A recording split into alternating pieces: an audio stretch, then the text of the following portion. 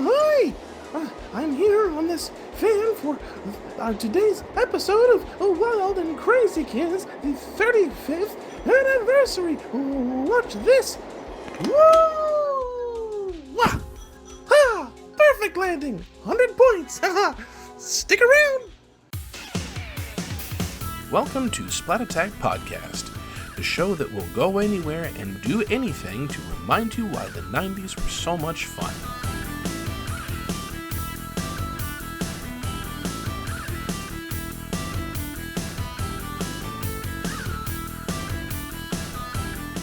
With special guests Annette Lesure, Dave Lowe, Noah Edelson, Bonnie Karrin, and Richard Crystal. Splat Attack Podcast. Howdy, Extreme Dudes! Welcome to Splat Attack, podcast honoring the Seinfeld past. I'm your party in a can, Manny. And I'm your prankster with a plan, Alex. This is my wild and crazy wife, Heather. Hi. So, yo, Manny, what's up with the vibe we be putting out, man? Because it's an anniversary. It's actually the 35th anniversary of the show that gets your blood pumping, Wild and Crazy Kids. Oh, amazing. You see, I feel like this show gets overlooked by many. I don't know why but this show really does get overlooked by a lot of people, especially within the community now, because, hello, Paramount Plus, not there. Wow, the episode just got started and already I have to interrupt. But there is a bit of a disclaimer for the episode. This is kind of an unusual situation for most of our episodes because usually we would have our guests all in one Zoom call, but we had a lot of scheduling conflicts this time. And this entire episode, what you are seeing is a collection of 3 separate interviews that we had to have. And it doesn't flow as smoothly as it usually does. Because we had 3 separate recording dates. So if it feels like some of the conversation is a little jarring, it's because it is a little, but I want to keep the narrative flowing really well. So even though there's a little bit of a cut, the stories are still fantastic. Also, Heather, as you have seen, is in the beginning of the episode with us and is throughout the entire episode as well. But she was only able to join us for 1 interview.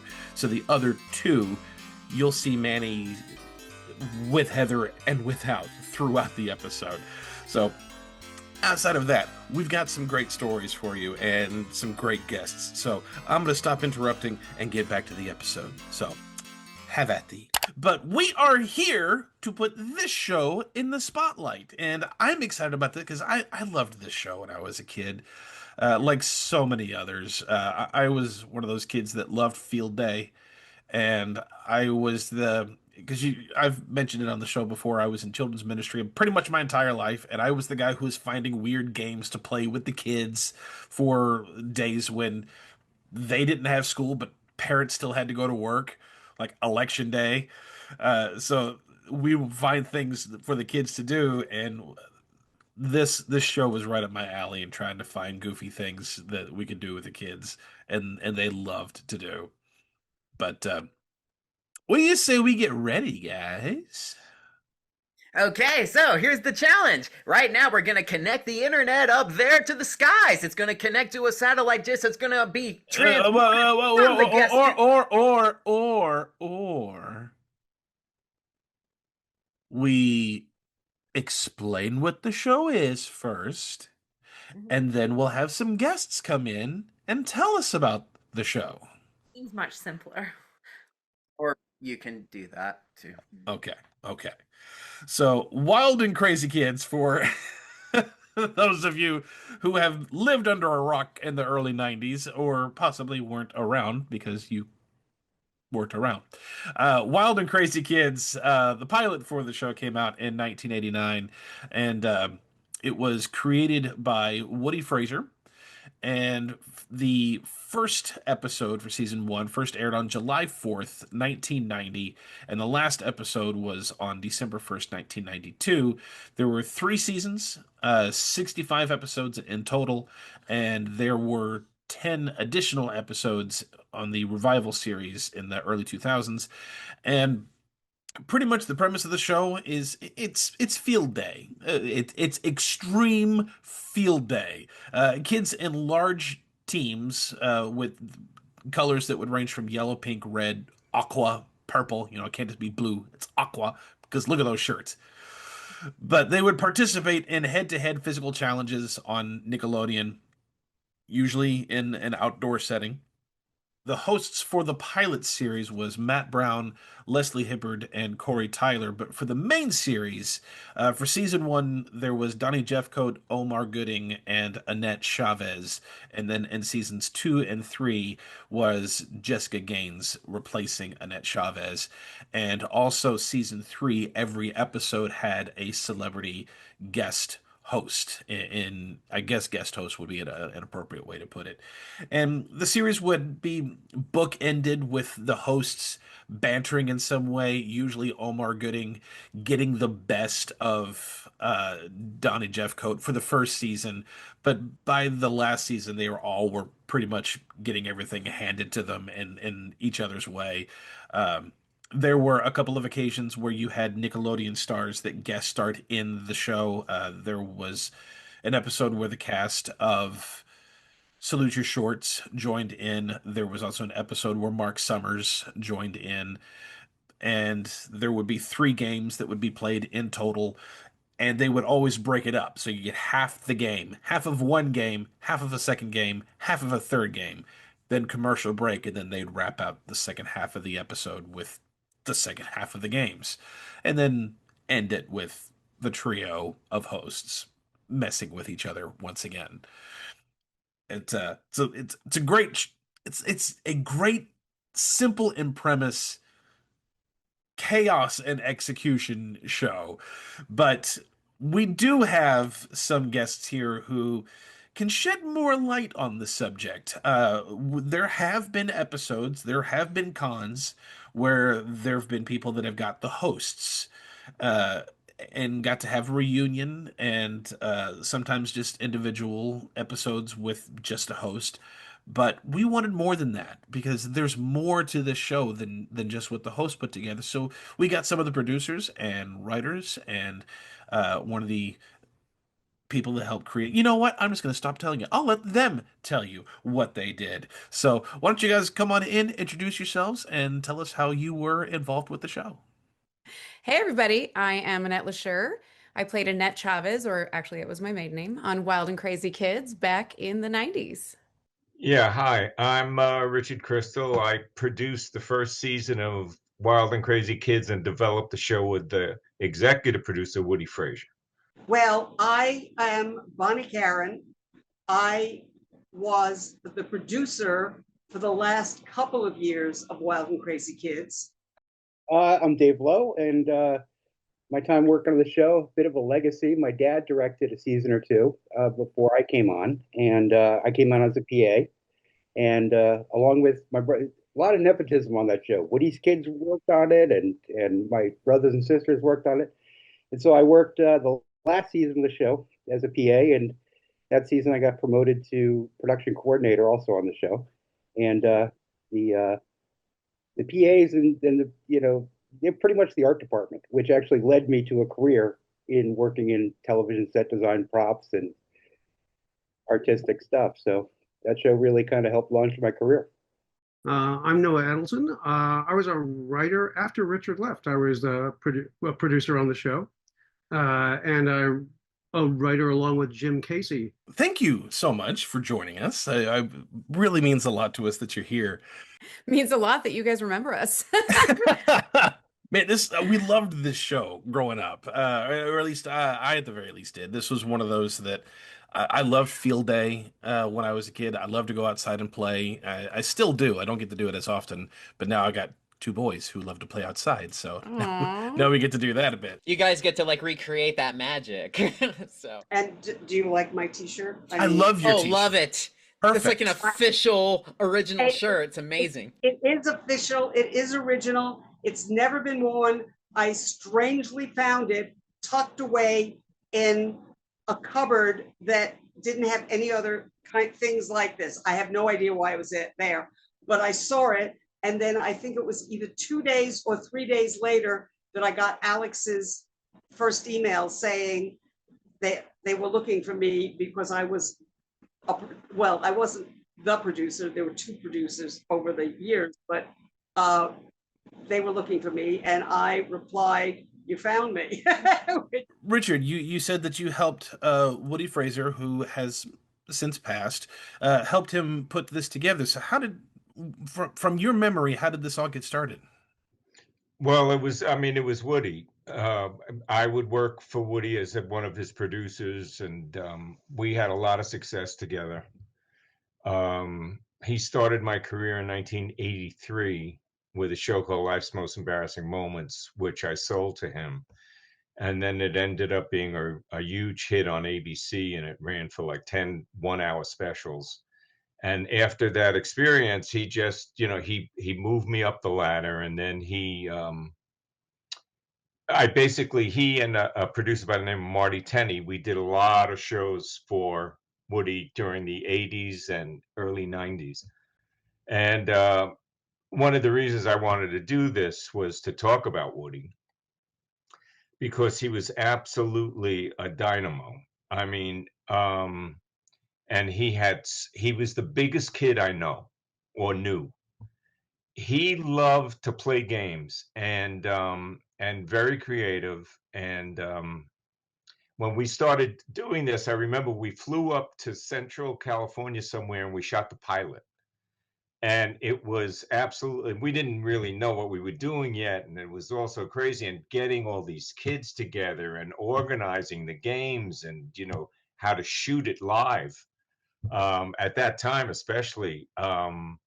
So anyway, and he was just an amazing guy. And the only thing I would say after that, after we started shooting the shows, I did the first season, which was actually 27 episodes, because the pilot was the 27 one. And I remember I had the Wild and Crazy Kids t-shirt on. Everyone wore it, or the whole staff, everybody wore it. And I don't know if you know LA or your listeners know LA, but the farmers market is a big tourist place. It's a great place to have lunch and stuff like that. And I was with my daughter, who was 10 at the time, and I had the shirt on, and I walked in, and I can't tell you how many people stopped me with their kids saying that, "Oh, where can I get the t-shirt? We love the show." And I remember telling my wife when I came home, I said, "You won't believe it, but I said, this show is going to be a huge hit." And evidently it was. So that's about all I can say about the beginning of it, A real quick story, just to off of what Richard was talking about, Woody. I ended up working with Marty Tenney and Woody years later on just not too long ago, 6-8 years ago, for a show called Home and Family on the Hallmark Channel. And Woody never got the games out of him, even though it was a lifestyle show. We did DIYs and crafts and cooking and conversations and health stuff. Every other day, Woody want to throw a game in, and it was like the old days. It'd be like, "All right, we have a bunch of kids on bicycles. We're gonna go off ramps, put baskets on them, and people are gonna throw water balloons into that thing." He never got that out of his head. And so it was just weird. Like 30 years later, there I am still doing that stuff for Woody. It was funny. It never changed. As far as we'll go to Noah. How did you get involved in being in the show? Well, I had worked for Nickelodeon. I had moved to LA from New York. I'd worked in Nickelodeon, New York, and I was in their promo department. And I was out here. They called me up and they said, "Hey, we have a second season of a show coming up called Wild and Crazy Kids. Do you want to be an executive producer on it?" And I said, "Sure." And we were like one episode in, and Woody, Woody just walked up to me and said, "You're good at this. You want to be the producer instead?" So I said, "Sure." That's so cool. And Dave, you were saying that your father was a part of the show, and that's how you got your start in it. What was your experience like when you first got in? As I said, my father was directing the show, and at the time, I was a struggling cartoonist illustrator trying to make my way doing that. And doing a couple of freelance gigs, but it wasn't paying the rent. And so my sister and my brother had worked as PAs. They were hiring PAs like off the street. They'd be like pulling up the Home Depot. Get in the car. Can you fill water balloons? Yeah, get in. So anybody who was willing to do that was welcome. So my sister and brother had worked the season before as a PA, and then my dad knew I was looking for work, and he wasn't directing the last season. That was Dave Garrison did the last season, and but my dad said I could put your name in to Jim Whitty if you want to be a PA next season. They're starting up the new season. I said sure. I actually wore a suit and tie to that meeting, and Jim Whitty said that's why I got the job, because I was the only. And the irony of that was the last time you ever wore a suit and tie on that show, because you were constantly covered. But anyway, yeah, so I went in, I interviewed, and they made me the in-staff PA, the daily PA in the office. So I did everything from, running tapes to, Nickelodeon offices, to getting people's lunches, doing the usual PA stuff. But like I said, when it came to showtime, it'd be the producers, Noah's writing, and, the other producers sit down and said, okay, we need this, and they put together this crazy list of stuff needed. And that's where it kind of turned into an art department job, because that's what we did. We were running around putting all that crazy stuff you see on screen. Those games were put together by the PAs. I don't think of you as a PA. I think of you as the art department. That's Well, that's technically, I guess, looking back, that's what I should have been credited as, the art director. But, that wasn't the way the show was. Yeah. And I remember as production coordinator, Noah's office was directly across from me in the office. And I would overhear Noah talking ideas. I'd just be sitting there going, oh, God, oh, God, oh, God. It gives you a free creative spirit. So I do have to say, take a little bit of a tangent. David is so modest about, we would come up with stuff to build, and we'd say, David, can you build this? And it would be like, oh yeah, we want an elephant on roller skate who can also fly. And David would go, I got that. And he'd just walk away, and you'd come back 3 days later, and he'd have built it, I love it. Annette, how did you get involved with Wild and Crazy Kids? Yeah, we came from Texas and in the late 80s, and we moved to Palm Springs actually. So until I was able to drive myself, my mom would drive me to auditions. And I remember I got with Media Artists Group. They're still around. What is it? Ralph Burko, the owner, is still around. And one thing led to another. Next thing you know, I was meeting Richard Crystal and auditioning for it. And we had about 5 auditions. We met around town, about 5 different auditions. And the last one was at some park in Burbank. And every time I drive by it off the 134, I'm like, oh my gosh, memories of 100 years ago. Yeah. It's amazing how certain landmarks that they just always stay with you. But continuing moving along, Bonnie, how did you get started? I was brought into the show to deal with the production that had been shot, and now they were trying to edit it. And I have an editing background, but I'm also a producer. And the editing background included winning an Emmy for a children's show called Unicorn Tales. That was 8 half-hour episodes of musical comedies of children's stories that they then, worked around and made different. And that was what I was doing in New York. And when I got the Emmy, I said, Hollywood, here I come. And I went, except nobody was really very impressed with the children's daytime Emmy. But I succeeded in getting some jobs here in California, not on anything that you would be, well, you might like some of the shows, but basically they were completely different from the children's shows that I then did. And I was working with Woody Frazier, who was an extraordinary producer with just amazing credits. Sadly, he died in December. He had his 90th birthday and then died a few weeks later. One year, I was working on some other show. I can't remember which of the shows it was. I had had a spinal surgery here on my neck, and I was in the hospital. And then I got home and I was in a hospital bed at home because I needed, for my asthma, a bed that lifted up because I couldn't put a pillow behind my head because that's where the surgery was. And I got a call from a friend who was doing a show with a Woody show called Wild and Crazy Kids, and there were some problems. And I said, George, I'm in a hospital bed. I am not coming and fixing these problems. And then several days later, he called again. And I said, George, I've already told you. And he said, this time it's Jim Whitty who wants to talk to you. Jim Whitty was the money person.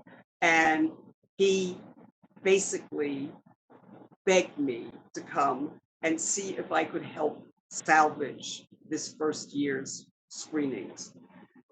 And I said, okay, because I love these people. And I put on a sponge thing around my neck. It was hot too, and it was not very helpful.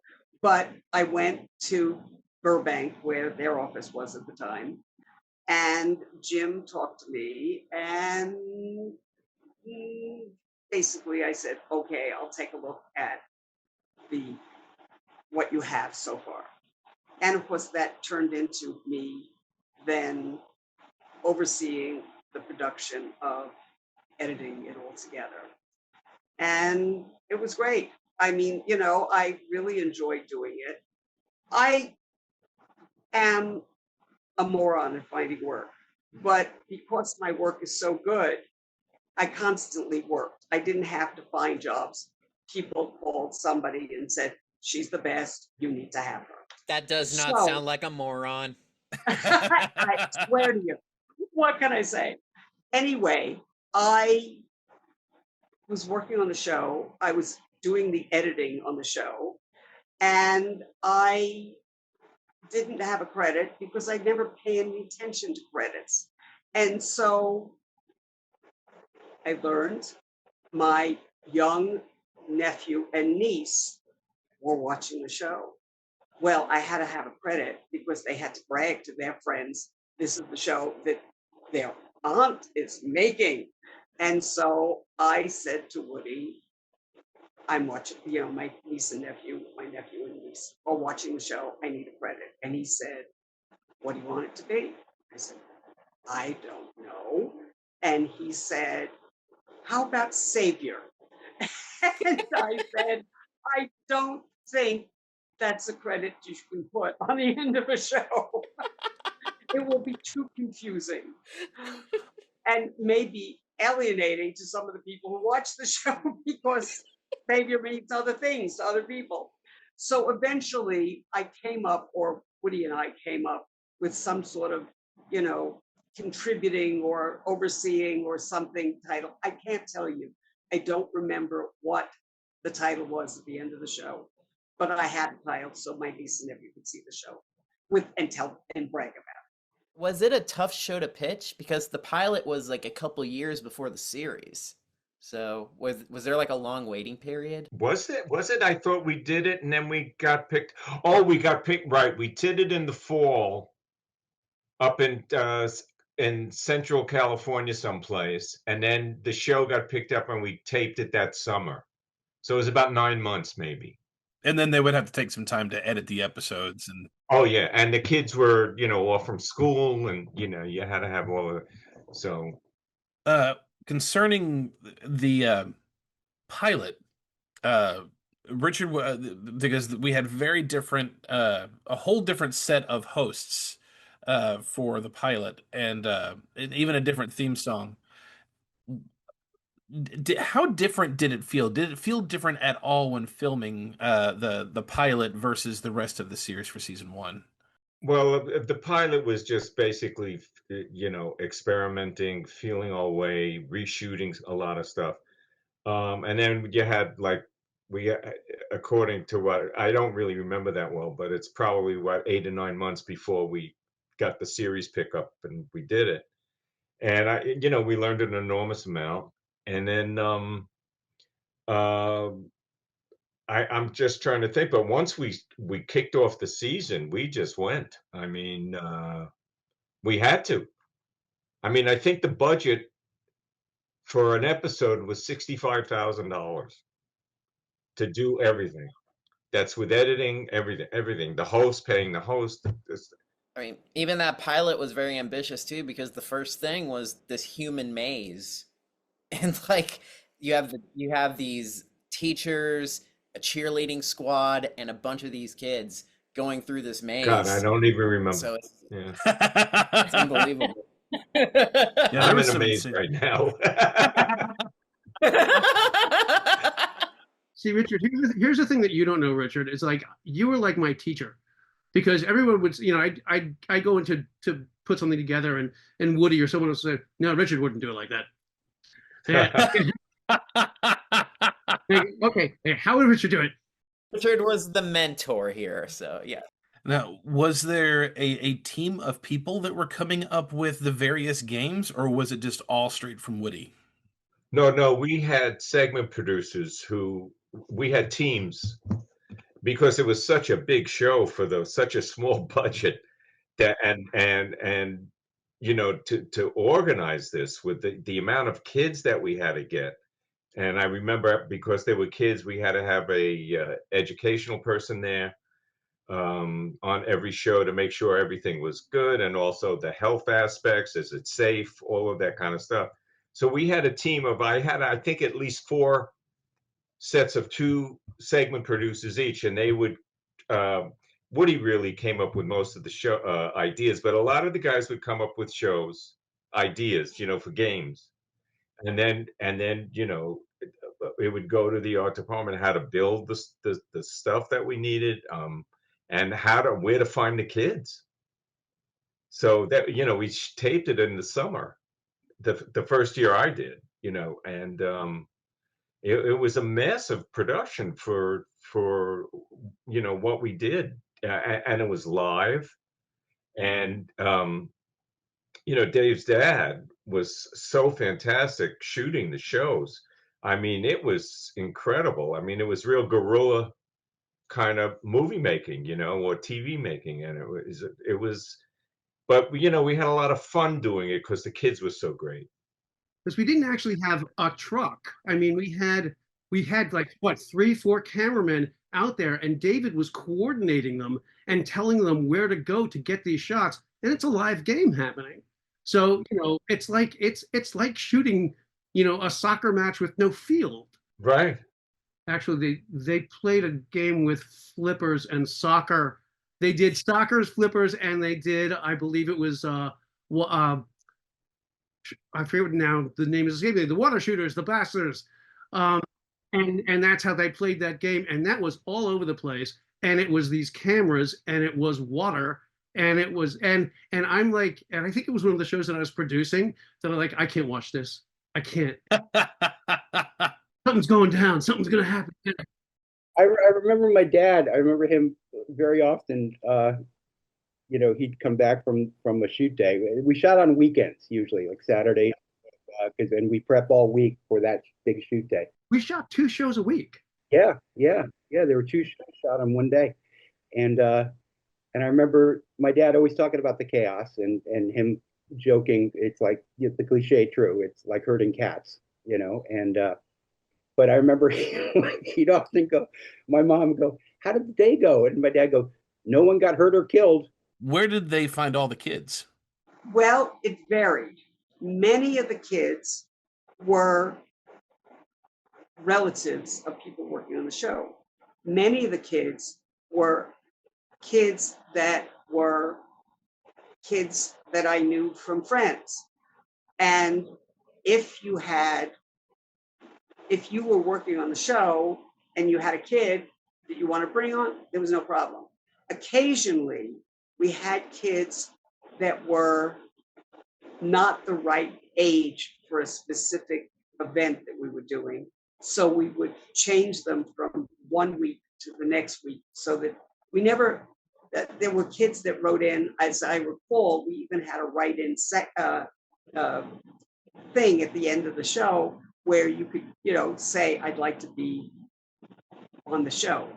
And if there was somebody that whose parents had basically called to say, my kids would like to be on the show, we would meet before we'd say, okay, turn up on this day.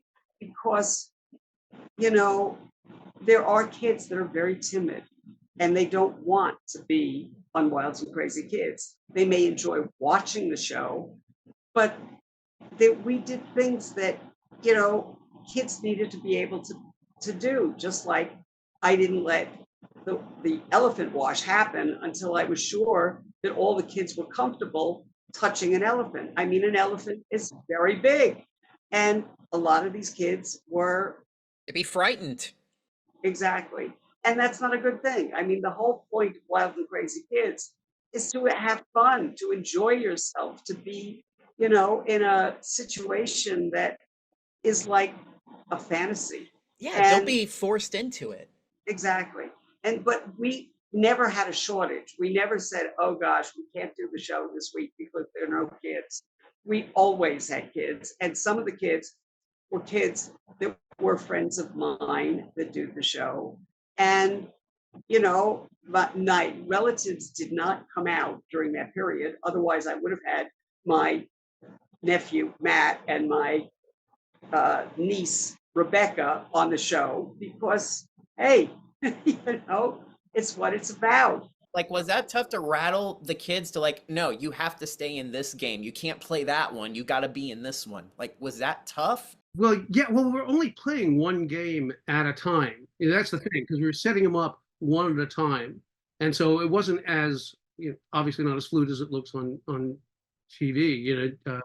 But so it wasn't there wasn't a danger of a kid running off and playing another game.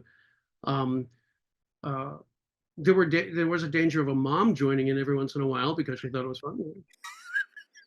Which is why we had those parents versus children games. Yes.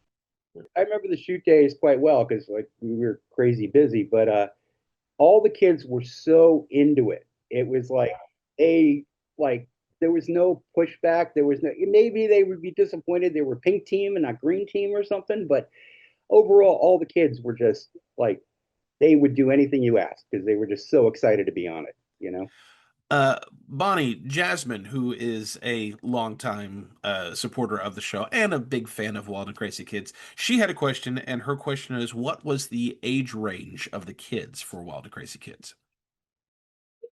It varied. There were some kids that were in their sort of 15, 16-year-olds. And then there were kids that were 8 or 9 years old. And then there were kids in between. We didn't discriminate about the children. Yes, if somebody brought a baby and said the baby wants to be in the show, I don't think that we would have selected somebody that was, 9 months old or 2 years old. But, if they're big 3-year-old or 4-year-olds, hey, that's, we had all kinds of fun things to do. All you have to worry about is changing the diapers. It's okay. Fine.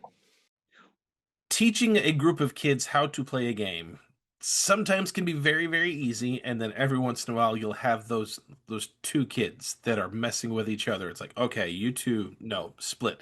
Were there any occasions that you can recall where there was a couple of kids or a kid that you just had a difficult time with and you had to move around or something?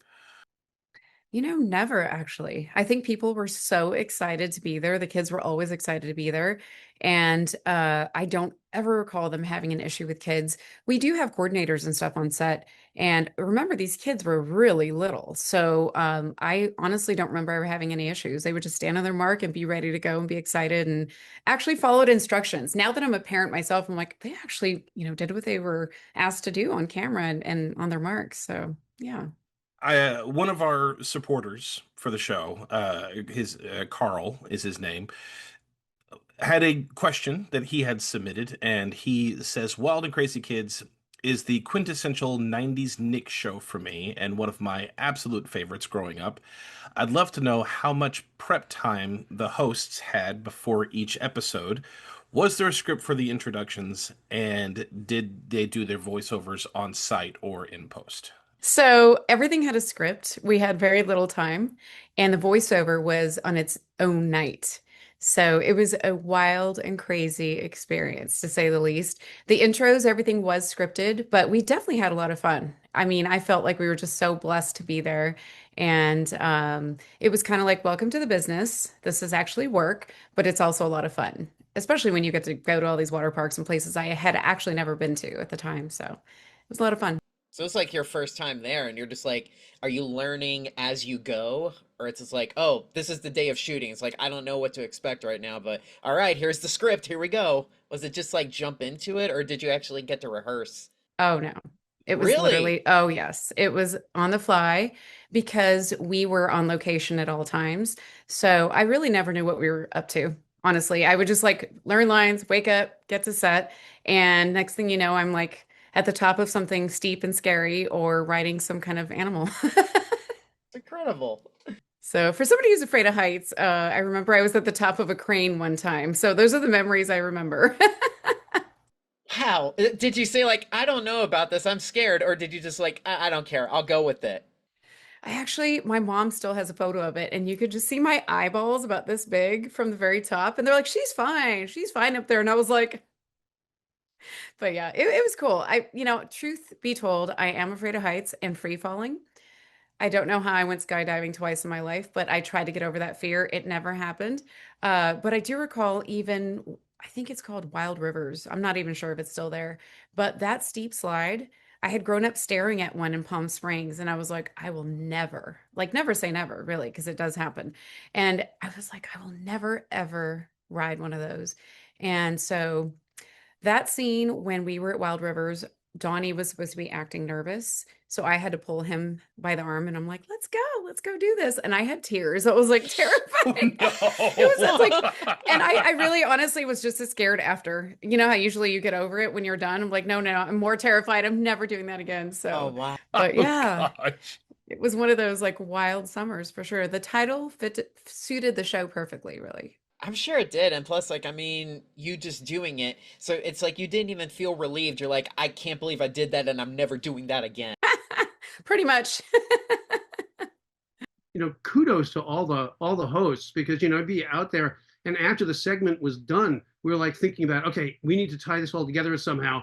And you'd shoot a line to Donnie or Jessica. Jessica was with me, and or Omar, and you say, okay, do this line, and my brain is like, I'm in editing already, okay, and they're doing this stuff to camera, and they're just nailing it every time. It was unbelievable how good these guys were. So, concerning that and the things that the hosts would have to say to tie the episode together, was any of that written beforehand, or was that all written as the day was going along? Well, in my year, we wrote it, and then we would make adjustments depending on what we were doing. But it was everything was written. Everything was written ahead of time, and everything was ready to be dumped. I can't remember if we had to cancel any games for whatever reason. I just don't remember if we had like a backup or I just, but I mean, Woody was so great and the staff was so great that we would, find some way to save it. And the other thing, at least my season, none of the games we set up were really rehearsed. They were all planned out, but it really never got figured out or fully played in full till the day of the shoot. They're real straight on games. There's nothing rehearsed there. And it was amazing how spontaneous it was. We had an idea of how we wanted the rules of the game to go, but once you put these things into practical action, they have a life of their own. As a host, what was the recording schedule like? So the recording schedule, basically back in the day, it's changed a lot now, but auditions were 7 days a week. You never knew when you had an audition or a callback on a Sunday even, or on a Christmas day. So basically at the time, I don't know about the other two, but I know that I would audition like for sure Monday and Tuesday. And then we did voiceovers in the evening on Wednesday nights. and then early call times on Thursdays and Fridays. And then Saturday and Sunday we may have off. If not, we were just back at it again. We had them come in for post-production to do stuff, some voiceover work to, we would clean up and they would do, talking about the games and then we did replays, and here it goes again, whatever that was. I mean, it was really a sports show. They never called it a game show. They actually referred to it more as a sports and variety show. Because I mean, even the hosts would like do gags on each other too, just to keep like the flow going as well. So that's kind of cool. Just like, I mean, when Omar was trying to like do this pie fight on this one episode, and then it was Donnie and Annette just like got him like right at the very end, like, all right, we're gonna count down to 1, 2, and then they start throwing the pies at his face too. So that was a really great gag too, and I like how it weaved through. Woody was very particular about his pies. Really? Very particular about the pies, and even up until the Hallmark show I did, whenever throwing pies came up, because he had worked with Soupy Sales, so he knew how pies should be made and things, and he was never happy with any of the pie I put together or tried to make. It didn't matter. Really? I was going to say, how many pies would you estimate that you made during your time? You know what? A lot of it that was tough because it's the middle of the summer. So when we ever had like pie days, it was hard because the whipped cream would melt so quick. You literally have hundreds of cans. We go to Smart and Sly and Lyris and buy cases of it, and we keep it all. And we were literally filling the pies and handing them off to the people as the game's going on, because you just couldn't have them pre-done and pre-made. Considering how fast we did it, virtually nothing went wrong. No one really. There was only like one time when we had a minor thing that we had to change the game. We had done this. We wanted to do this game. We were at Pendleton, Camp Pendleton, shooting at Camp Pendleton, and we wanted to do this night vision game. This is such a Woody thing too. It's like, I want to do something with the military. Okay, let's do it. But what we wanted them to do is put on night goggles and basically have a pillow fight. And so we didn't want them to hurt each other. So we gave them their Wild and Crazy Kids t-shirts, but we gave them foam padding underneath. What we didn't realize was that it was compressing them. So about 5 minutes into shooting this, we're like, hey, are those kids wobbling? Cut. So we ended up not doing that. We did another thing, but it was, when I think back on all the things that could have gone wrong, that was like the most, it was, at the time, it was frightening because it was like, oh my God, we're damaging children. Yeah. And I think I don't know what you guys did, Noah, but we would contact different camps and stuff to see if they wanted to participate, Yeah, and we get kids that way. There was I'm reminded about this, so funny, things that you put away in your brain. One segment we did not do, Woody sent segment producers down to Tustin. There was an Air Force firefighting base down at that time. And what they had was a 50-foot pool, shallow pool, and they would fill it with jet fuel. And they would float gasoline on it. And this was for their training, so they can learn how to put jet fires out. Our segment producers, they demonstrated this, and the guys in the silver hazmat suits get into the pool and they put the fire out with all the foam and they show it. And Woody goes, "Yeah, we're doing that." We're like, and Woody was like, he was just, because I was so gullible, like I'd believe anything. He had me for like a half an hour until I finally said, I'm quitting. We're not doing this. I'm not putting a child in a pool of lit jet fuel. He began to walk out the door. He says, "I'm kidding you, idiot." Well, another thing about it's all about Woody, because Woody in the was it the late 70s? Well, he produced That's Incredible, and he had all these insane acts from all over the world that he produced all this stuff, and I think that was in his head also. He did that for so many years, and it was a huge success, primetime show on ABC. But it was Woody. I mean, he loved games. I remember he had like 4 shows going on at once, and he had like a picnic for the staffs, to celebrate all the stuff that we were doing. There was a crime show.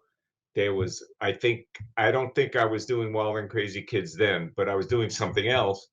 And he at this park, and everybody, it was a picnic, and he had it, hot dogs and burgers and a big grilling and everything. He creates games. We all had to play, the different show staffs had to play each other in games. It was always on location at a different place all of the time. I'm assuming they had to, you had to meet them there. They didn't provide transportation for that. We definitely met in locations, unless it was a certain place regarding parking, but typically we would Zoom off and meet in crazy locations. And one interesting fact is, I've kind of recently looked into it with all the fun events coming up for the show, and we actually shot 2 seasons that summer. So while I believe I'm listed as 1 season, we did 26 episodes. So every day was actually an episode. So it was kind of like that. I remember asking Donnie one day, I'm like, dude, how are you memorizing this? He goes, just start reading. I was like, okay. And we sat on the floor at Magic Mountain and we were just like cramming reading, but it always worked out.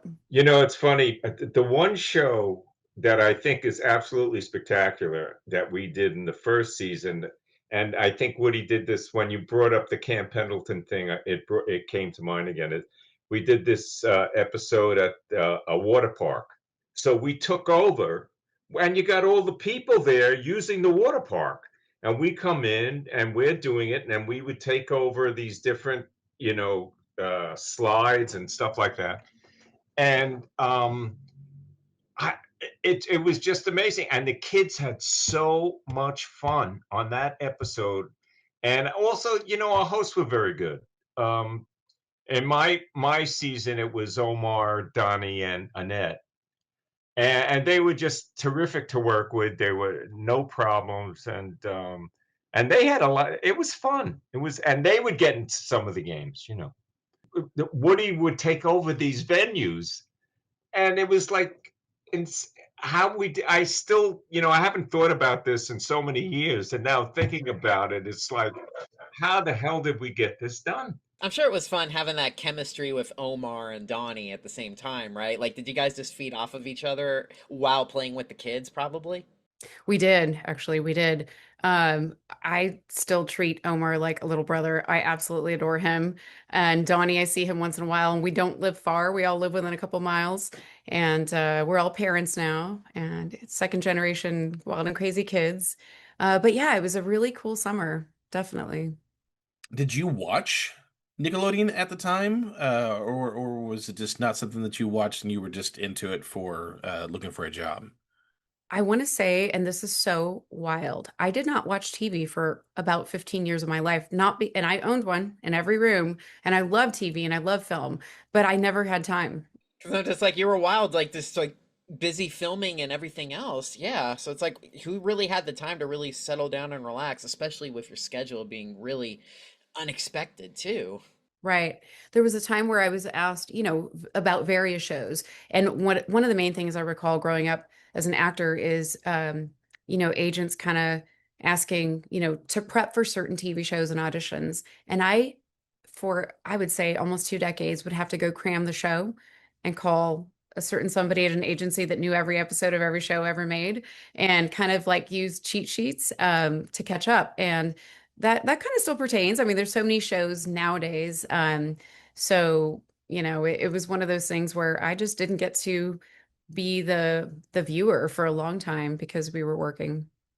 This may take a little bit out of the spectrum of the show, but when you went to school, you must have been like the star, right? Because it's like, oh my God, it's Annette from Wild and Crazy Kids.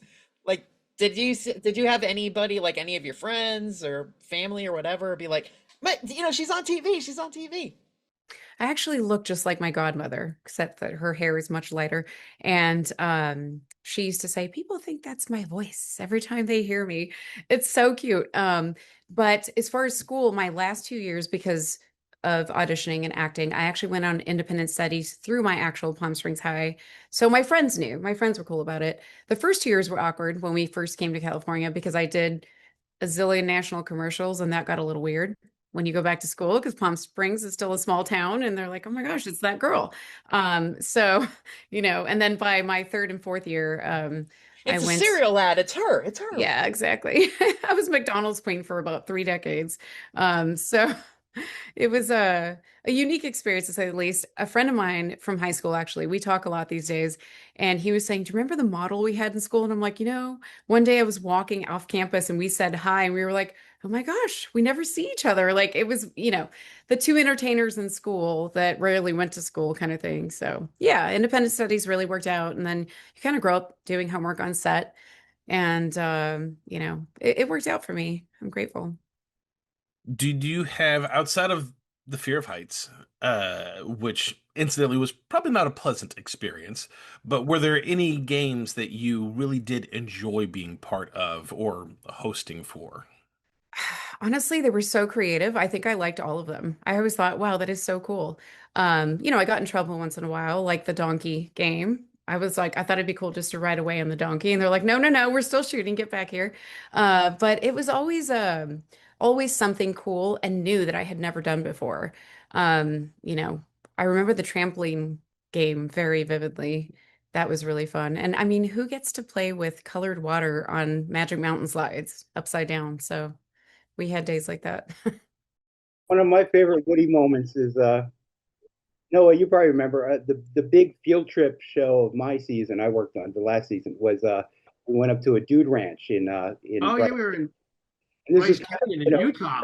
city slicker, Utah, yeah, very city slickers, and they had real cowboy, working there, and so all the games revolved around what was going on, on the dude ranch, and one of the games Woody came up with, and we did it, was put a whole team into a corral. They unleashed 30 calves, baby cows, to run around the corral, and the team that could tie a bow to the calf's tail would win. And it was like anarchy. I mean, the cows went up, kids are running around, grabbing the cows are bucking. One kid got bucked and landed on his butt. Woody runs in, grabs him, lifts him, dusts him off, going, "You're okay," and he shoves him back in. You're okay. You're fine. Shoves him back in. Oh my. It was just, it's like, and again, it's like that thought process of like, that's a good game. Yeah, and Woody he was just like that. He would say before we did anything, he said, "Can we do this?" But by the time he finished saying, "Can you do this?" you knew he was going to do it anyway. Right. Yeah. He was really spontaneous too, because I remember again that Utah show. We got there and they ended up having two big telephone poles with this big bungee cord, seat attached to it, like a giant, huge 30-foot slingshot. And so it was kind of a fun game. Of course, first thing, as soon as Woody saw it, was we're making a game out of that. And sure enough, we put lines of balloons out. We put tacks on the ends of the kids' shoes, stretched them on this bungee cord, launched them, and the kids would try to pop the balloons with their feet as they're flying back and forth. But again, it was that spontaneity of like, that wasn't in the game plan. That came up basically the day of, when we saw that thing. Seriously, it was like we never knew what was coming next. And one of the things that sticks to me the most is donkey basketball. Like, seriously, who knew? We had segments where we had different kinds of games and games that were turned inside out, and there were some games that were done with at cars that went spinning around and things like that. But one of the games that we had, not with, because usually there were 3 games shot for an episode, but in this case we had an actual elephant that came in a big truck with its handler, and the elephant, the game was which team could wash the elephant faster.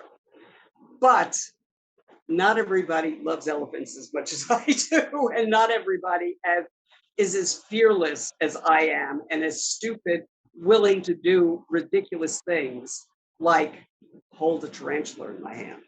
But I did, or helped carry a boa constrictor. I like doing these odd things that aren't going to hurt me, that are just life. I It like should have been called Wild and Crazy Bonnie. So anyway, what I had was every child had to come up and touch the elephant. If they weren't able to touch the elephant, then they couldn't play the game.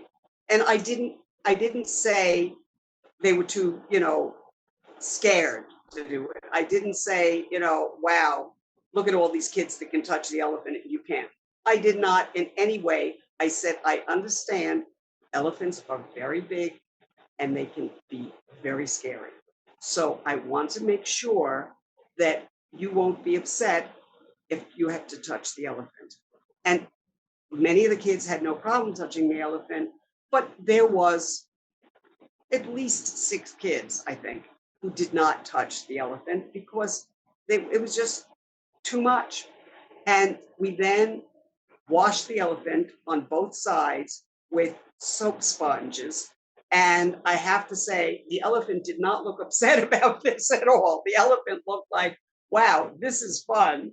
And at the end, I said, it's a tie because both of you did it. Both of the teams did it very fast and a really good job. And the elephant looked just wonderful and very happy. So I said, you did a great job, both teams. And the kids that didn't wash it, you did a great job in yelling and supporting your team. So everybody, this is a big win for all of you. Now, where did the idea of the elephant come from? I suspect it was Woody, because Woody was the executive producer, Woody Frazier.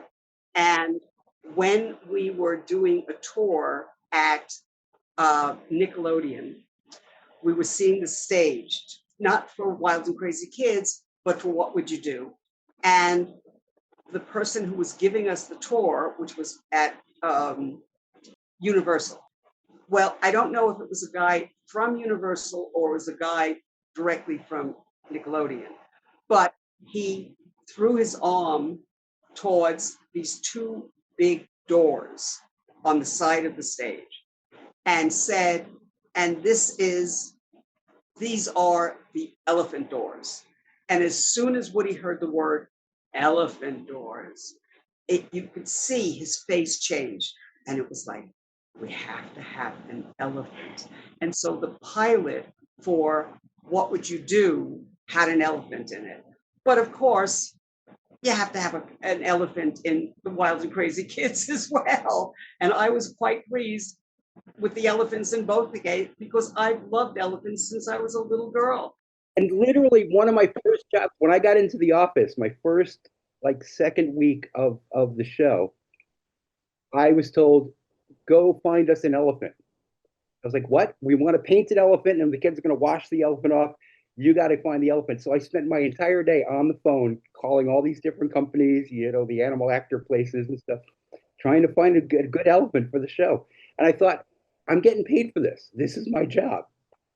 There were a lot of I don't think we could have. I don't know if you could get away with some of the stuff that we were doing now, but because I remember we were like some of the games, most of all the games involved kids jumping on a trampoline or a bed and popping balloons, and me and my team making headbands with nails coming out so they could pop the balloons. And then you'd see them jumping up and down on stuff, and you're going, how is this like? I'm amazed no one got hurt. Or whole herd of children all bouncing on moon shoes. Exactly. Swimming and eating a peanut butter and jelly sandwich at the same time and swimming back. So. Yeah, there were some amazing games, even to the point where it was like a human version of Galaga, with all the kids being the aliens and somebody on a high board essentially, or a skylift, dropping water balloons down on top of the kids to try to eliminate them from the game, which is hilarious to me. Just to imagine kids having to stand still and hope they don't get hit by a balloon from 3 stories up. I bet they all had a really great time. We had a good balloon budget. Like I was just having this talk with her actually the other day while we were watching the show. I just feel like this show could have gone on forever because kids just love games and they like this community of just having fun. So it's like I don't know why it sort of ended when it did, but I feel like it could have gone on a lot longer, I feel. I'm not sure either. It was an era of transition for Nickelodeon too, where they were kind of like they had done a lot of game shows and they wanted to get into more scripted stuff. They were really focusing a little bit more on that. The other thing that might have happened, I don't know if I'm right about the timing, but when we did the show, Jerry Laybourne was the head of the network, and then she left and went on to Disney, I think. She did. That was around 95. So it's possible that whoever took over wanted to do their own kind of stuff, That happens a lot. Well, we have learned a lot so far about Wild and Crazy Kids, but there's still more, quite a bit more stories. So, and of course, we have our segment at the end of the episode. But first, we're going to have to take an intermission. We've been playing 3 half games. We're kind of tired. We need a slime break. So let's pause for a commercial break. We'll come back with more Wild and Crazy Kids. So stick around. Oh, I'm excited about this. The Velcro wall. Just like on the show. Here I go. Whoo! Oh. Oh. Oh. Oh. This thing really is sticky. Oh. Let me see if I can get off of here while you guys check out more of what's going on with Splat Attack. Simmer down. Thank you for tuning into this episode of Splat Attack. If you're enjoying this episode, please hit the like button, subscribe. Also, ding hit that notification bell. Ding hit. That's what it says in my notes. Good job, Manny. If you're listening on a podcast app, please leave us a review. Believe it or not, these small actions from you make a huge impact on us. Ding hit. Want to hang out with friends and talk nostalgia? Also, we have great roundtable discussions. Check out our Patreon. Go to patreon.com/splatattack to gain access to bonus minisodes every Friday, slime streams twice a month, opportunities to submit questions to our celebrity guests, and more. Join the Gackoids over on patreon.com/splatattack. Honey will be there. You. After doing these wild and crazy stunts, your clothes might be getting messy and saying, "Oh my, what can I change into?" Look no further. Go to bonfire.com/store/splatattack store with hyphens in between. We have shirts with our logo as well as other 90s Nickelodeon inspired designs. What are you waiting for? The address again is bonfire.com/store/splatattack store with hyphens in between. Get yours today. Warning, parental guidance suggested for next time, Slimesters. We'll be talking about our top 5 Nick parents. Which ones were the best role models? Tune in to find out. Same Splat time, same Splat channel. Welcome back! Welcome back!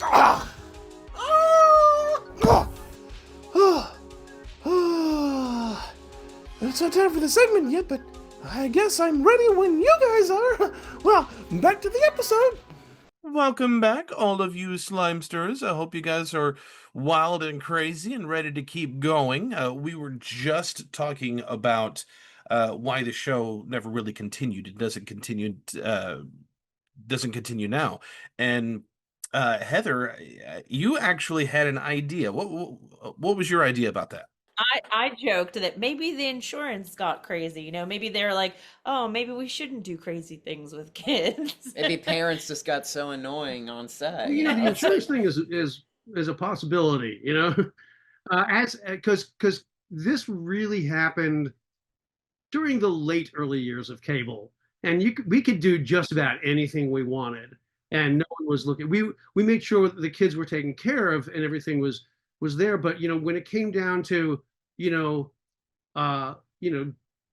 things that were dangerous, it was up to us. It wasn't a big movie production where you had like safety people on there. So as it did get bigger, and things got more complicated, I gotta think Nickelodeon might have thought it was a little bit of a liability. Yeah. What were some of the challenges that you all had faced? What were the ones that come to mind the quickest? I mean, this is a broad challenge, but it was always every Monday morning coming in and there was a clean slate. We didn't know what we were going to do. We didn't know what we were going to build. We just knew that by the time Sunday was over, we would have 2 shows in the can. And we didn't want to repeat anything. Right. Because I don't know how many games we would have in a half hour. Was it at least 3? 3? 3, yeah. Was it having to learn the lines so quickly? Oh my gosh, yes, definitely. Without a doubt. It wasn't even the memorizing of the lines. It's because when you memorize, typically you'll grab the idea of what you're memorizing and sort of a story. But this was nothing we'd ever read before. So it was really like very cool, made up stuff. So memorizing things that you've normally typically don't walk around saying like, hey, yo, throw the ball over the donkey. Like, you know what I'm saying? Just to memorize things you've never thought of before. And Richard had said that when he went to the farmer's market and the T-shirts and everyone was recognizing, oh my gosh, Wild and Crazy Kids. Noah and Dave, when did the two of you know that this was a success? I kind of knew. Well, I kind of knew right away because I'd be walking around. I had at the time I had a newborn, and so I was hanging around parents, and I would say the name Wild and Crazy Kids, and like their older kids would like light up and start jumping on my, I want to do that. I want to do that. I'm like, okay, you do. Yes, you will. Yes, you will. It's only one answer. And then the funny thing is now, I'm working on a bunch of different projects, and the younger people on the projects I'm doing, like when they find out I used to work for Nickelodeon, they said, "Did you do this? Did you do that?" And I said, I produced a couple of shows. I produced Wild and Crazy Kids. They're like, "I love that show." And you have to remember also at the time when we did this, there was no internet. Yeah. So kids weren't on their phones or their iPads or whatever, they would watch TV. And so they had time to kill. Yeah, now that my grandson is like, and my granddaughter, they're just like, it's their life. I mean, it's part of their life, as mine is too. I mean, all of us. But then it was just, outdoors for the summer, playing games. Great. Just when I started going like fishing out to a lake in Palm Springs and little kids would come running, I think that's when we realized, oh my gosh, that's actually happening. Because coming from Texas in a small town and suddenly just, getting to be a part of such a great experience on a Nickelodeon show, which was just really, happening at that time. It was surreal and it was really cool because kids genuinely loved being on the show. And I love kids. So it was just one of those experiences where we were just part of like a great joy in the community in LA. And I don't know who ever got to come from out of town, but I know a cousin of mine once said to me, nobody believed that we were cousins when I was in school. I'm like, oh, darn it. If I could only turn back time and fly you in or go to your school, I would have. So yeah, we had a lot of cool experiences like that. What are some favorite memories that you all have working on the show? It could be more of Woody or doing the show itself. I was going through stuff in my garage the other day, about a month ago, and I pulled something out that I find David, the cartoonist, had drawn a cartoon of me with my baseball hat on, with my mic and everything, because I'm on the set and screaming. I forget what the quote was, but it was like, "Oh, look, I was skinny then." For me, like I said, it was just the launch of a career, and I remember when I was working as a PA or whatnot, and running around and making and building all that stuff. To me, it was just pure joy. It was like I was probably too young and stupid to realize I was being underpaid for all this stuff, but it was just so much fun. And then I remember one afternoon. Now Woody, I got to know a little bit better on future shows, but at the time I was kind of intimidated by him, And so one day I was making a run somewhere, and Woody got in the elevator alone with me. And I was like a little nervous. I was like, because up until then, he never really knew my name. He'd always call me Guy. Hey, Guy. How you doing, Guy? How you doing? I get in the elevator with him, and he just turned to me and he goes, "You're better than this job. We're going to fix that." Oh, wow. I was made production coordinator a week later. And then years later, he hired me as his art director, set designer, prop guy on other shows. So that is a big memory for me because it was like he made good on that promise. He really did. Well, it was like how he asked me to be the producer. It was like it was sort of like, okay, you want to be the producer of this? You've got 3 seconds. But can I think about this? I mean, yes, I do. He's still a presence. He always. I mean, he is. They say they say they broke the mold. There was never any mold for him.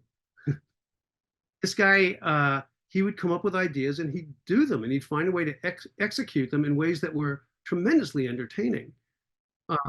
And he would be able to communicate that to us, because I was the guy who worried on set.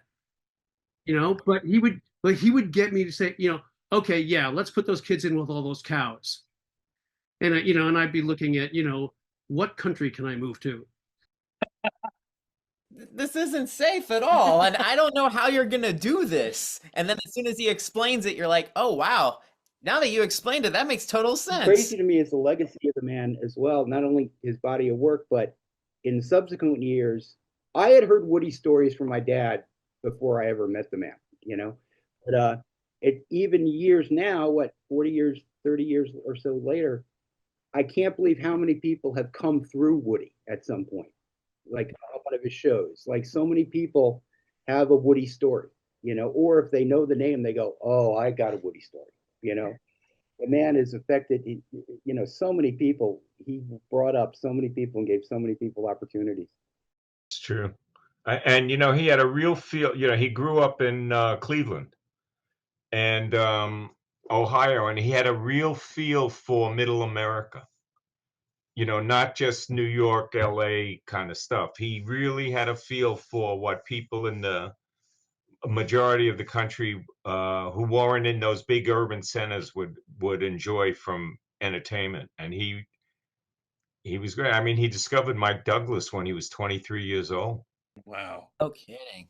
And he created Good Morning America. I mean, I don't know if you guys know that, but. And also, What Would You Do? Wasn't that a Nickelodeon show as well? Yeah, that was Nick. Unpopular opinion, I think it's better than Double Dare. When I was working in New York, I can't say I had much to do with Double Dare at all, but when we were going through first trials, I was one of the guys who, we would get, the VHS camera out and see if it would work, and somewhere back there. Double Dare was quite the thing. It's like, ooh, look, kids will watch us for something else. One last thing about Woody, I went on from Wild and Crazy Kids and I launched on my own stuff for 20 years. And anytime I had something that was a screening or whatever, or I wrote a couple of books, he came to the book he always supported me. He would come to the readings. He came to a screening. I did this documentary on political stand-up comedy for Showtime, and we had a big screening, and they had all the comedians there, and he came. I mean, he was. Once you worked for him, you became part of his family. Many years later, I ended up working on a Nickelodeon show called Brain Search in the late 2000s. I was the slime master on that show. My main job was to make slime. And and that only became my experience with Woody. Although we never made slime, we made gack or gunk. Slime was only green. We made purple or red or yellow. But it was that experience that got me that job in Brain Search. Was that summer making gack and gunk and all that stuff. But the funny part was Chris Sullivan, a friend of mine, who was also a PA with me on that summer. He was now a set decorator next door on another show. And so he came out one day and I'm out there mixing buckets of slime and he just goes, "Oh, I can't. And he walked away. He just had he's like, that's me. I can't believe it. I was working at Nickelodeon really early on, like when it transitioned out of the silver ball into the orange logo. And back when they had the big show was you can't do that on television. And the producers there told me this story. Don't quote me or quote me. I'm quoting myself. It's too late. But the first slime was apparently this bucket of just fish guts and slop that they had on the set, and they decided to do that. Oh, That was they did. like, it wasn't like a premeditated thing. It was like, oh, let's slime this kid. I'm sure the guys up in Canada are saying, oh, you don't know what you're talking about. Shut up. But that was the story that I heard. It came a long way because when I worked on Brain Search, of course, I had to come up with a formula for slime that worked for the games we were doing, thickness and quality and, or the way it looked. Anyway, so I was sent a PDF of all the slime recipes from the entire history of Nickelodeon. I don't remember fish guts on there. Yeah. No, I think they probably abandoned the fish right after the first one, but And from everything from the very first Nickelodeon shows, you can't do that on TV or whatever, with oatmeal and food coloring. It had it all there. And so I used that as a basis. I made up samples, so everybody proved it. And then I put in my own little spin on it. And then that became a great honor because the production manager came up to me going, you have to type up your recipe and send it to Nickelodeon so they could add it to the book. And I was like, all right. I remember my mom and I getting to the back lot of Universal Studios. And then I thought, oh my gosh, this is really cool. We just really enjoyed, getting to film there and getting to see it from behind the scenes and actually work on the lot. We had, what episode did we have? I don't know if it was a toilet paper thing, something to that effect, but I do recall just feeling in awe of being back there and being back there for the first time, actually. So those were very unique experiences for my mom and I, because she was always on set with me. We were minors, so we always had our moms with us, and Did you ever get to do something during your tenure with another Nick show at some point, or Kids' Choice Awards or anything like that? Mark Summers, baby. We were the first to have him on. Yeah.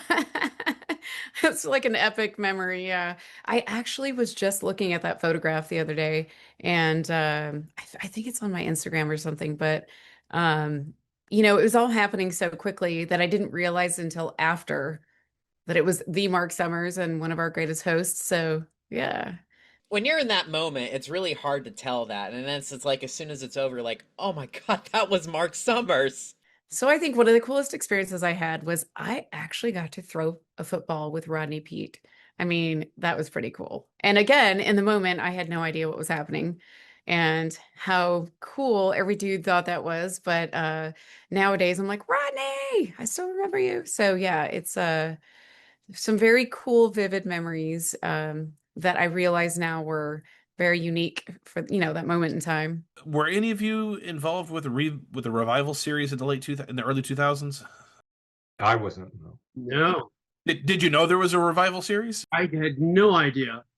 I didn't know about it because the actual host of the revival, Matty Moralejo, I was working on a kids show that he was the host of, and so I got to know him there, and I remember he got the offer to do the new revamp of Wild and Crazy Kids, and he was like, I've never heard of this show, and I was like, well, let me tell you some stories.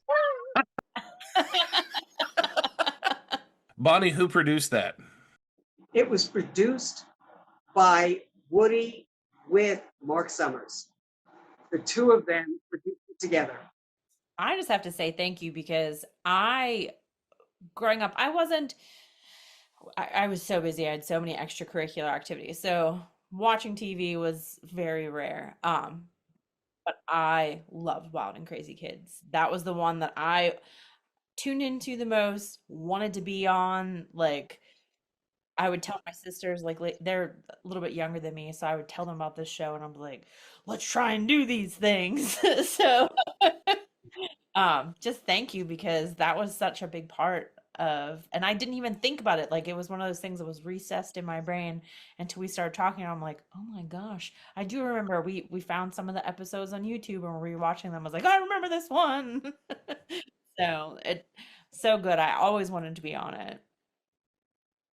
And it really is. It truly encapsulates like all the excitement, especially just seeing it on screen. Like I really wish that Paramount Plus would play this in better quality because it's like sometimes you can't make out some episodes, but it's like you could definitely see all the energy and just the joy all these kids are feeling while they're doing all these different types of really unique and creative challenges. Alrighty, well, I think that is going to be it for now until we meet again. But thank you guys again very, very much. It means the world. It was a pleasure talking with you guys. Thank you, Alex. Thank you guys. Yeah. We are done as far as questions go with the cast and crew of Wild and Crazy Kids, but in honor of the fact that Wild and Crazy Kids is all about fun games and Woody loved games, we're going to be going to our wooden stick and seeing what kind of game he wants to play. So, Splat Stanley, what's our segment for the end of the episode, bub? Off the Velcro wall and onto the wheel. Wild and Crazy Stick. Ah! Retro Replay is a segment that we're doing.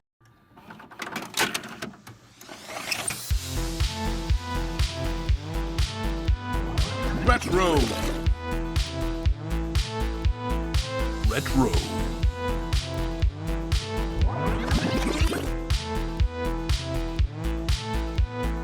Retro Replay. Welcome, everyone, to Retro Replay. Manny, are you ready to play? I sure am. Well, we are not going with point system here. It's just going to be, see if you can guess what these are. So I've picked 4 clips from Wild and Crazy Clids. You know, that's about one consonant away from being a really, really bad word that you shouldn't say on YouTube. Yeah, probably not, but, you know, sometimes it's a fantastic thing to find. Did I say a consonant word or a consonant letter? I think consonant word. Yeah, well, how about one consonant? Period. Squirt! There you go. Anyway, see, this is why we don't retake things, because you don't get all this ridiculous, stupid banter. But, if you want more, check out our Patreon where we have Splat Attack After Dark. That's far less filtered and way off the rails. Yes. But I will say that for this episode, I've picked out 4 clips from Wild and Crazy Kids, and I will ask a question regarding the clip and see if you can get the answer correct. Okay. All right, so first clip. Come on, girls. Here they come. There's 10 seconds left. You better hurry. You're headed for a dead end. Come on. Oh, no, they're getting jammed. The ref throws the ball back out, and there's not much time left now. Better try and score. And then time, halftime. We got halftime. So your question, number 1, for bragging rights and a bowl full of Jell-O. How many go-karts or bumper carts were in the game? I'm gonna say 8. I will accept 8.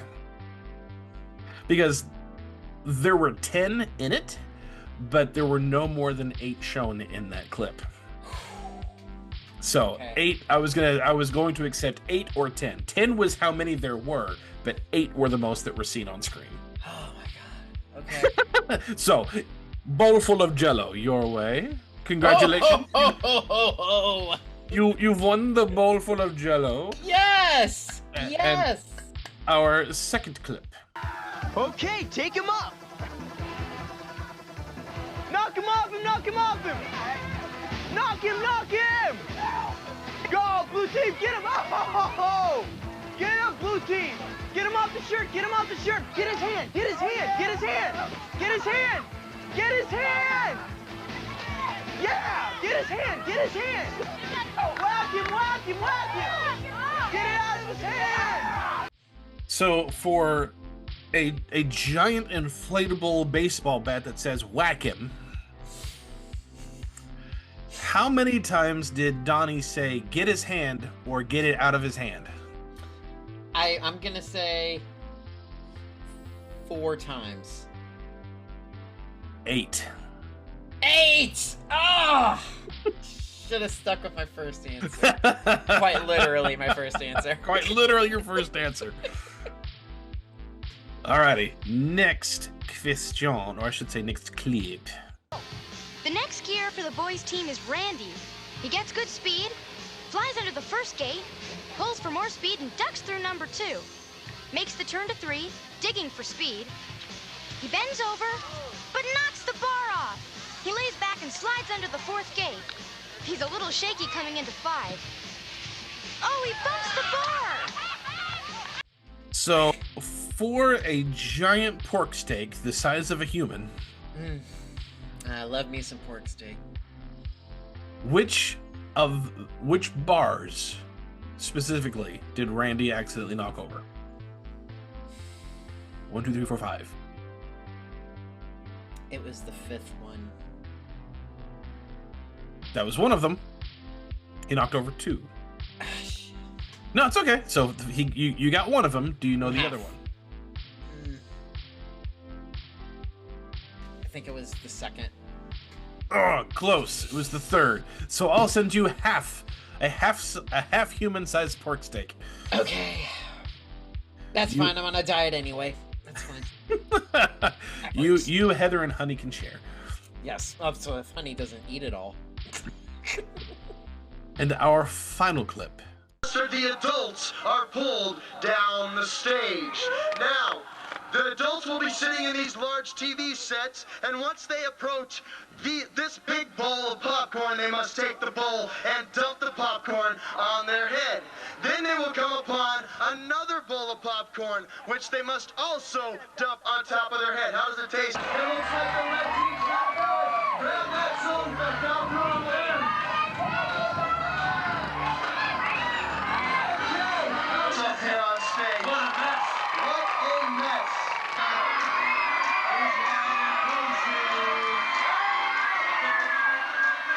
So, in honor of that, your prize for this will be shampoo specifically for battling dandruff. Great. I will say this is a very, very specific, like you probably didn't even notice it in that clip question. But I found it interesting because it's Wild and Crazy Kids Live and not much is known about this. On the back, on the scoreboard, they had listed how many games were going to be played at Wild and Crazy Kids Live. Do you know how many games they were going to play? Give me a second while I Google this. Okay. I know, that's cheating. That's cheating. Well, I'm gonna say probably 14. Scale it back a little. Okay. 6. Scale it back just a hair. Okay. Just a hair. 5. Yes! Absolutely right! It was 5! Ah! Well done! Yes! You get the dandruff shampoo. Yes! I get the dandruff shampoo! This is great! Head and Shoulders is just not doing it for me anymore! I get the Splat Attack shampoo against dandruff! Yeah! Oh man, and it's got to be green like the Double Dare slime shampoo. But yeah, that particular clip on the back, because they had the scoreboard and they had 5 sheets, but only 3 of them had turned over because they would reveal the title of the game as they would play it. So yeah, they had 5 games that they would play. I don't know how long. I'm assuming between 2 to 3 hours. I'm assuming 2 hours. Probably. Because so little is really known about Wild and Crazy Kids Live. I'm hoping, I will say for this episode that we were going to have Donnie Jeffcoat be part of this episode, but things came up and Donnie wasn't able to join us for this episode. But he has agreed to do an episode with us, so maybe next season we can get him on for a conversation with and hear his stories and maybe learn a little bit more about Wild and Crazy Kids Live, because as you all heard in this episode, everyone we had involved for this episode weren't a part of that, and that's such a unique aspect of Nick's history. I'd like to learn more about it, but either way, this has been Retro Replay, and well done, Manny. Congratulations on all of your prizes. Thank you so much. I'm so happy. I get the consolation prizes and everything. It's great. As I do with all of my transitions, well, that's the end of Retro Replay. I'm just going to start putting a well every time I say well on screen. It'll be the Splat we are drinking done. game. Well, Well, put an actual picture of a well, maybe with Lassie looking down. Oh no, little Timmy! Apparently, Lassie also has the voice of Splat Stanley. Splat. But it needs to be Tia and Tamara looking down the well. Oh At least Tamara looking down the well. Oh, yeah, 'cause they're twins. You're dead. So, well, we have a closing question for all of you Slimesters for the end of our 35th anniversary of Wild and Crazy Kids, and that closing question is, if you could be in one of the games from Wild and Crazy Kids, which one would it be? You can write to us via email at splatattack2021@gmail.com. DM us on all of our socials. Just look for Splat Attack Podcast. Subscribe to our YouTube channel if you have not done so already. We have a lot of anniversary episodes, and many more to come. Check us out. Interact with us wherever you can. We're always happy to hear from you. Until our next episode, Manny, will you help me close up the studio, please? Out of all these Wild and Crazy Kids challenges, things got more than a little messy.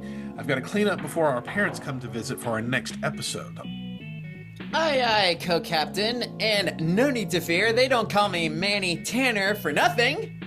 So, I'm gonna start cleaning and extraordinate everything.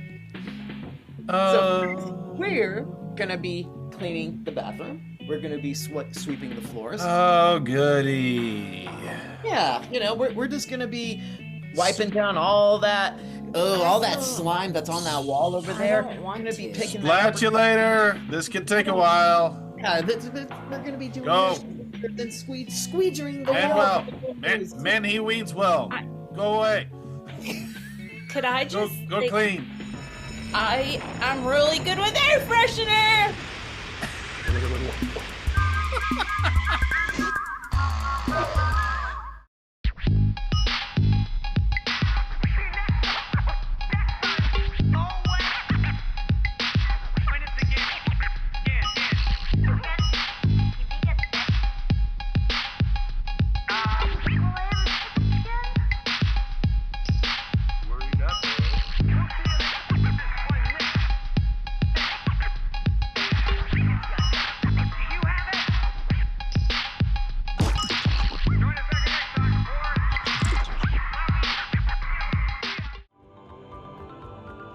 This episode was recorded at Splat Attack Studios, in virtual home studios, though none in Florida.